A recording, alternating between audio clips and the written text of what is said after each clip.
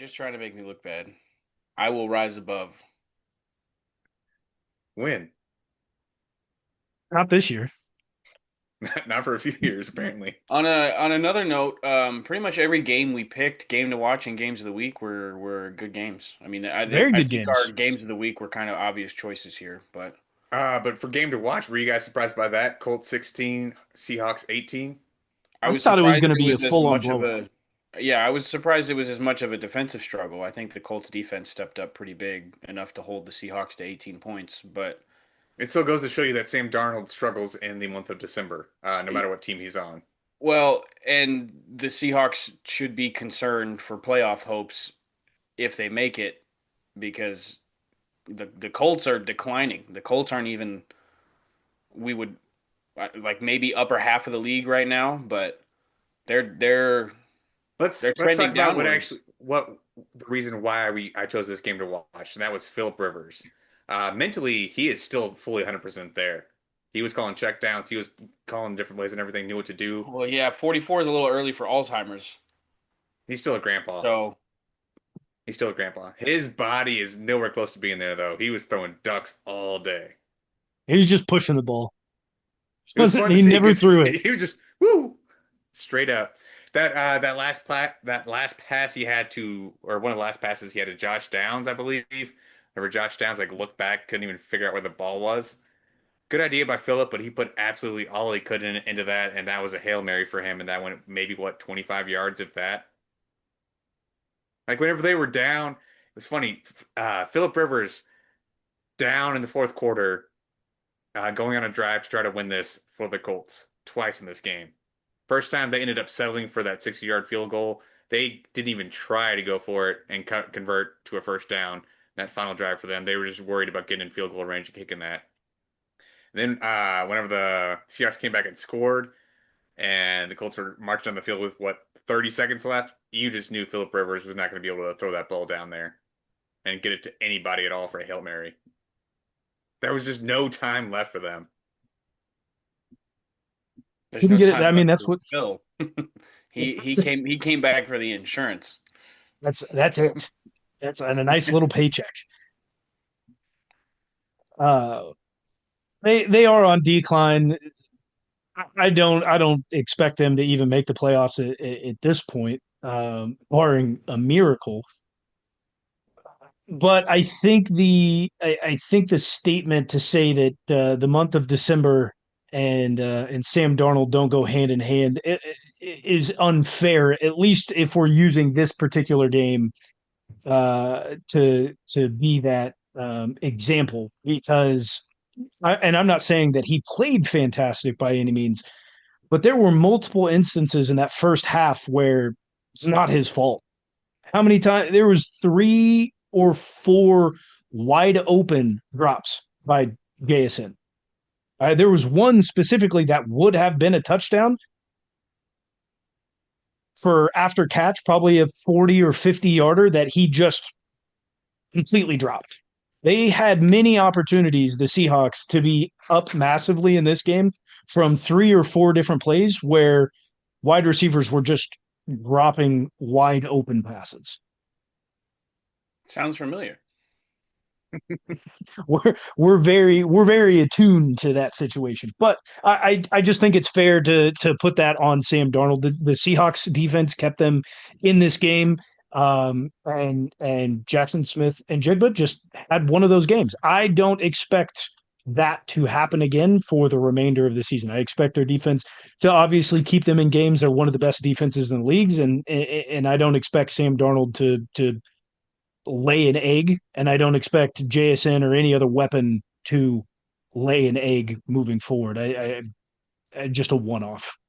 I think the possibility of Sam Darnold laying an egg is much higher than you might be insinuating there because he's had some tests this season where the old Sam Darnold kind of flashed its or reared its head or whatever. So I wouldn't be the coach that is fully confident in Sam Darnold going into playoffs. I'm not saying be fully confident. I'm just saying I don't foresee that happening given that the issues they had in this game were primarily down to wide receivers just dropping open passes. You know, I they don't will see play that being better an issue teams and again. better defenses They'll play much in better Rome. defenses, and So Is going to struggle a lot coming up. That pressure is just going to get to him, man. Also, to be fair, Colts have the a really goats good don't defensive line, the even with ghosts the don't fourth. ever go away. You just learn to deal with them. He's dealt with them pretty well, I'd say. He's gonna get you.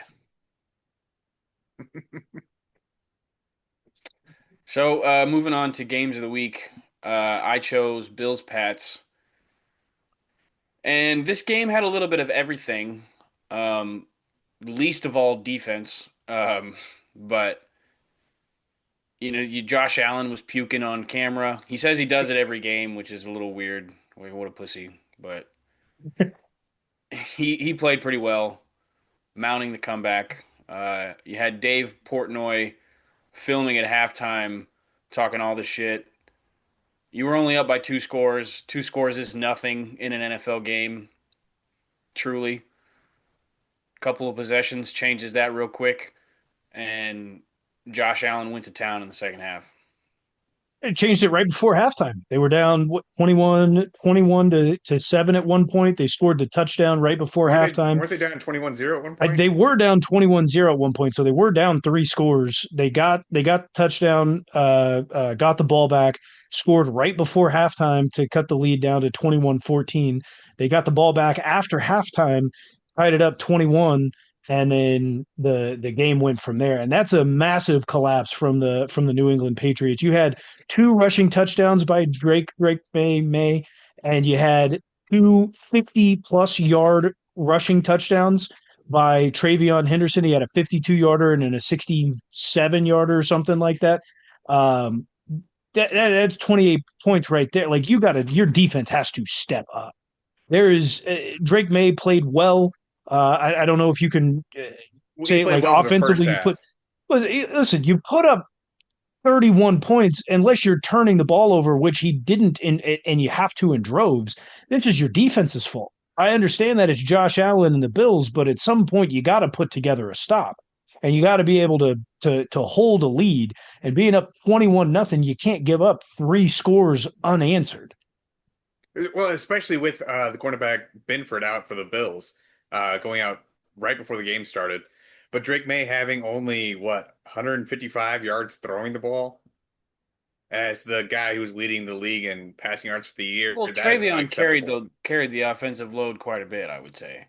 You're also going against one of the worst defenses against the rush. Why in the world would you pass the ball when you're going up against one of the worst defenses in the run game and you have a two, three-headed monster in the backfield, especially when Travion Henderson is going off the way that he is? You run the ball. The game script says to run the ball, and that's what you do. Yeah, you should definitely run the ball, run some clock out. But 155 yards for the passing leader in the NFL right now against a team that you should be able to do something against that you beat earlier in the year doing the same thing. If he's going to I'm be, chalking this one up to a if he's in MVP conversation, he's got to have a better performance than that. I, sure if you're talking just MVP, but this is a defensive collapse. This is this is a this is nothing but a defensive issue. And that is concerning going into the playoffs, especially given your head coach is, and Mike Vrabel. Like Mike, get it together, buddy. I mean, It, that's kind He's of been been here my thoughts before. about the Patriots for this season. Like the only person I can really name on their defense is Christian Gonzalez. You're forgetting one Fucking guy. Crimson Chin Christian Gonzalez. You're forgetting one main guy that Mike Vrabel had whenever he was the number one seed with Tennessee as well. Harold Landry Wow. had You them hear both that? covered. congrats. You can name That's two. nobody recognizing that name. That So was crickets. You guys don't know ball. That's all it is. Who I mean, they're good team defense. They have shown that throughout the season, but you're getting into the later stages, and it doesn't matter if it's the Bills, it doesn't matter if it's prime 2019, 2020 cheat. It doesn't matter. You have to go out and put up some stops. If your offense is going out there and put up 21 skunking them, you cannot let up 35 and give up the game. It's just something you can't do. And the Bills, that's it doesn't necessarily instill confidence for me going into the playoffs for them. This is Josh Allen's year. You're going into a weak AFC playoff here, and your team is just with no because you Patrick mounted Mahomes. this comeback. You've got no Patrick Mahomes. You're probably not going to have Lamar Jackson. You've got no Joe Burrow. You've got nobody that you're like. Are you afraid of Bo Nix? Are you afraid of You're Drake afraid of that May? Or defense. like, sure, but you're not against the offense. And with Josh Allen being who he is, one of the best quarterbacks in the league who can go out and everybody says he can do anything, this is your year to win it. And there's nothing that the Bills have done this season who instill confidence to a fan in neutral or a fan who doesn't have their team in the playoffs. You got to go out and do it. I don't think So, they can or so will. this past game against the Patriots gave you no hope if you're a Bills fan. You're down No, no, no, 21-0 no. at one point, and they're currently top two Not seeds. not for Bills fans, for outside fans. If you're a Bills fan, you're happy that this team can mount a comeback. This is that's what you want to see, that you're not giving up. But for an outside observer of somebody who's not a Bills fan, I'm not confident that Jock or this Bills team this season can I go and do it. they clearly have their weak spots on defense. They're terrible against the run. So if someone gets a gets a lead on them and their defense doesn't collapse and they run the clock out, I mean that would be a very clear path to the Bills' demise in the playoffs. But Josh Allen and James Cook can damn near will this team to victory. James Cook. So what did I say? No, you can leave Josh Allen's name out. You can just say James Cook. That's their Josh MVP Allen's this year. good, man. There's no you can shut up. So Josh yeah, Allen is I tall. if uh if I was saying I really don't want to play the Lions in the NFC playoffs because of their offensive capabilities, I really wouldn't want to play the Bills. Um, outside if I'm the Denver Broncos because I feel like their defense is equipped to deal with the Bills. But I just quick aside here before we get into the next game of the week. You think Vrabel is looking back on the early part of this season and really kicking himself for not unleashing Travion Henderson? No, he should be, but he's probably not. With the way Well, he's playing so now, he's he fine with should that. be because we like Should the be. Patriots uh lost a game or two earlier on in the season because of Ramondre Stevenson's fumbling problems. So They'd have it like locked up. Travion Henderson should have been unleashed week one, man. You think he would have been that big of a difference to beat the Raiders? Yeah. We can't forget that they lost to the Absolutely. Raiders. They wouldn't have fumbled so many times. Ramondre Stevenson had like a 2 or 3 game fumble that time around with the Raiders. You put Travion Henderson in, and you probably don't have those issues. To the other side of that coin, if you play Travion Henderson as the lead back through most of the season, he's probably not as healthy going into the postseason as he is. I think he's peaking at the right time for them. Smoke him if you got him. He should be. Mike Vrabel should be kicking himself because they could have the division locked up and maybe be For top of the sure. AFC. We're gonna go ahead and move to the next game of the week. That is the Packers versus the Broncos. Packers 26, Broncos 34. This was a much higher scoring game than I originally anticipated, especially with these two very, very good defenses. But Bo Nix came alive in this game. Toyotathon is full on and alive in Green Bay. Josh Jacobs had one of the most amazing catches by a running back I've ever seen for a That touchdown was a in this great game. catch. That was fantastic. I had no idea how he Coming caught from a that. guy who was like known as like he like didn't get receiving touchdowns Yeah. He got his first one halfway through the last season year. last year. Yeah. Like it's crazy to see how he caught that ball. Bo Nix was putting the ball in places wherever only his receivers could get it, and the Broncos defense came alive in the second half. That pick by Patrick Surtain on Christian Watson, where Christian Watson ended up hurting his arm in that situation. I don't know exactly what his injury is, but it did not look good in any way. But Pat Surtain had one of the best interceptions I have seen this year as well, too. That was fantastic on that deep ball. Well, that's where that game got out of hand. Like, I mean, this score isn't necessarily indicative of how the game was going. It was, I think, tied at that point or very close to.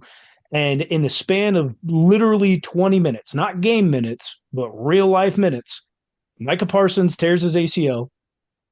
Christian Watson breaks his clavicle. He's having a horrible time over the last couple of years. They also lost their right tackle. I believe it was Zach Tom. Let me make sure I have his name right. I have it written down here. Yeah, Zach Tom. He goes out with a knee injury, and then linebacker Quay Walker goes out with I believe, also a knee injury. Those two final ones would return to the game, but at that point it was already out of hand. The score, the Broncos had scored, getting them to 34-26, and time was already on the outskirts. It was that was a span of 20 minutes. You lose two of your top players. Michael Parsons, you just made huge trades for. That is the Packers have already stated that they're expecting him back no earlier than October, putting him out for the next 10 months. Could be November by the time that he's back, especially with ACL and being a dynamic player. You need to be able to bend and make those cuts. It's expected. And then Christian Watson, I don't even know what to expect from him at this point. He's had so many injuries, Retirement. making himself unavailable. I would expect them not to bring him back after his rookie contract is done, and yeah, I expect him to probably miss most of next season. It's just nonstop with him. He gets hurt way too much now. Had a great rookie year, and then after that, it's been 3 years of just bad luck after bad luck after bad luck. The Broncos offense looked fantastic though in this game, honestly, going up against the pretty solid Green Bay defense. I know Michael Parsons got hurt late in the game, so that may have helped them finish this off. But the whole entire first half and beginning of the game, they looked really hard to stop. Bo Nix was throwing the ball like he should be. Very surprisingly, I was not expecting him to make that many completed passes in this game. I thought he was going to struggle a lot more. But you got Marvin Mims out there. He was showing up in this game. RJ Harvey is a fantastic piece for them at running back with J.K. Dobbins hurt for the rest of the year, and you still have Cortland Sutton. Like if Bo I Nix can play would like that for the rest of the year, the Broncos are very, very scary. I would give up a lot to have Marvin Mims on the Chiefs. The hell do you mean by a lot? I would give up a lot to have him on the Chiefs. What do you mean by a lot? Like you you completely sidestepped the question there. Too much for what he's worth, that's for sure. Probably, but also just his speed. He doesn't run the greatest routes, but he knows how to get separation. He knows his role. He can also be a fantastic return man, something that we're missing out on. And nobody is ever going to be Tyreek. Nobody. But I feel like he would be much better at that role than who we currently have at that position. Maybe we just need a wide receiver coach that can actually develop wide receivers. That too. My game of the week was offensive firepower, left and right. Lions, Rams. Rams walk away with another big 40-point win. That's 2 weeks in a row now. They've put up 40 points. Granted, last week was the Cardinals, but doing it against the Lions is a huge test. Even though the Lions defense hasn't been that great, there was a spot here where, hey, I thought the Lions might be able to keep control of this game. They were up by a couple scores going into halftime. Amon-Ra St. Brown was torching the Ram defense for the entire first half. You couldn't you They tried to put three guys on him at once and nobody could hold him. I mean, he was all over the field, catching everything in his vicinity and just getting yards after catch. There was not a lot that the Rams could do, and they couldn't even put Jared Goff under very much pressure. The Lions' offensive line was battle tested for that first half, and then halftime came. And the Rams, Matthew Stafford, Puka Nacua, who could not, Matthew Stafford could not get on the same page with anyone in the first half. That was very detrimental. He had multiple trips to the red zone, could not get with Devontae Adams, couldn't figure it out. Devontae Adams goes out of the game. Puka Nacua would eventually go out in the game later on in the fourth quarter with a head injury. So hopefully for the Rams' sake, he can come back, and hopefully Devontae Adams can come back. But two big injuries, but in that span of a portion of the game, Matthew Stafford was able to link up with Puka Nacua. Kyron Williams was able to go off, and that was it. Lions defense could not get a stop anywhere on that field. I was gonna say Puka had one drop in the first half where the ball was right in his hands and he just dropped it somehow. After that, I don't think he dropped a single ball. Matthew Stafford and Puka Nacua have a connection unlike any other quarterback wide receiver combo in this whole entire league right now. And if I were any other team in the NFC, I would be scared seeing them in the playoffs and really hope Puka's not playing. Matthew Stafford is going to do the unthinkable with three different wide receivers in three different eras of the game. Triple Do you really crowns. think? Do you think Puka's gonna get that with how much he's been out this year? ASN I is think he far was and on. away the receiving yard leader. Sorry, he was on pace at one point, but yeah, He he's. was I on don't pace think he's going before to get Puka there. got hurt. Yeah. Yeah, that's right. I forgot that J extended period of time. JSN is the receiving yard leader by like at least 200 yards, I believe. Dang, Yeah. somebody take his leg out. Come Whoa, on, dude. just We don't just wish for for just for a injuries. game, just for a game. Get Puka the No. triple crown. Is that I mean that would be incredible to do it with three different receivers. Um, that would The be man that would deserves be to be in the really Hall cool. of Fame. That He would be deserves really it. cool. I mean, he's going to be. He's going to win MVP this year. He absolutely should. I don't care about Drake, but it needs to be Matthew Stafford. What he's been able to do on this team. Granted, he's got great weapons, but to go up against the defenses that he's gone against and be able to pick them apart, to be able to do it in the NFC that is absolutely stacked this year, and very, very interesting. Anytime since Patrick Mahomes has been the Chiefs' starting quarterback, anytime that the Chiefs have not made the AFC playoffs, or excuse me, the AFC championship game, the Rams have won the NFC championship. Say that one more time for me. I believe it's Anytime, only been one other time that we didn't make the AFC Championship game. no, No, no, no, Pat's anytime that Pat's we made it every haven't, single anytime that Pat's made the it every Chiefs single year. have not won the AFC championship, Not the one. Rams Okay. have. Sorry, I may have said that wrong. Anytime I was the gonna say Chiefs they've made have it every not single year that Pat's been in the league. made or won the AFC championship, the Rams have won the Right, NFC and we championship. we went to five out of the last six Super Bowls.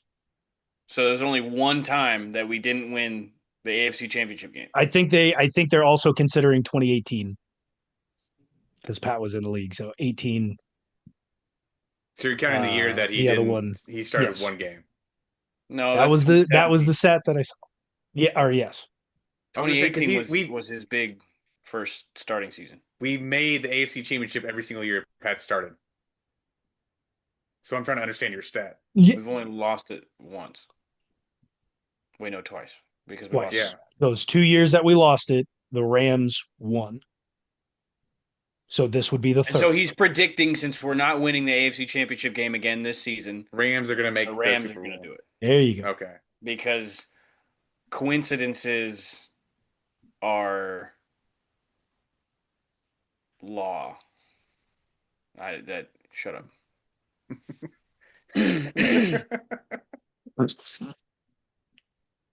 It's law, What damn does it. that even mean? It's the It's law. law. Ambo's the law man. Coincidence. It's a coincidence, okay? It doesn't mean It's the anything. law, damn it. You are taking it as law. Like if this happens, this will happen. It's just a coincidence.